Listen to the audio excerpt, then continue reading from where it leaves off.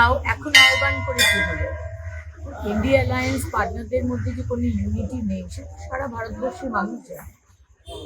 আজকে ইলেকশন হওয়ার সাথে সাথে রেজাল্টও তখন বেরোয়নি। রাহুল গান্ধী বললেন যে আজকে বিজেপির এই উত্থান মমতা ব্যানার্জির জন্য হয়েছে। সুতরাং যে একে অপরকে দোষ দেয়, একে অপরকে নিচু করে, ছোট করে, যাদের নীতি আদর্শ বলে কিছু নেই, যারা শুধু সময় বিশেষে তাদের নীতি আদর্শকে বদলায়, তাদেরকে ভারতবর্ষের মানুষ বিশ্বাস করে না। আর মমতা ব্যানার্জি আল্ট্রা লেফটদের সমর্থন করবে এটা আমি তো অবাক হচ্ছি না।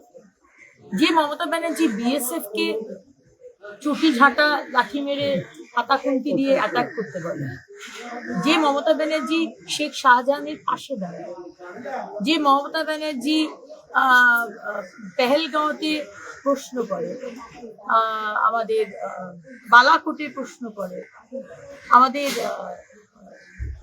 যে আমাদের হলো দিল্লিতে যে সাংসদে আক্রমণ হলো সেটা নিয়ে প্রশ্ন করে, প্রত্যেকটা বিষয়ে ভারতবর্ষকে ছোট করে দেখায় আর পাকিস্তানের সুরে কথা বলে, সেই মমতা ব্যানার্জি আল্ট্রা লেফট যারা ভারতবর্ষের সুরক্ষাকে বিঘ্নিত করছে, যারা অন্য এনিমি দেশের সাথে, শত্রু দেশের সাথে হাত মিলিয়ে দেশের ক্ষতি করছে, আজকে তাদের সমর্থন চাইছে।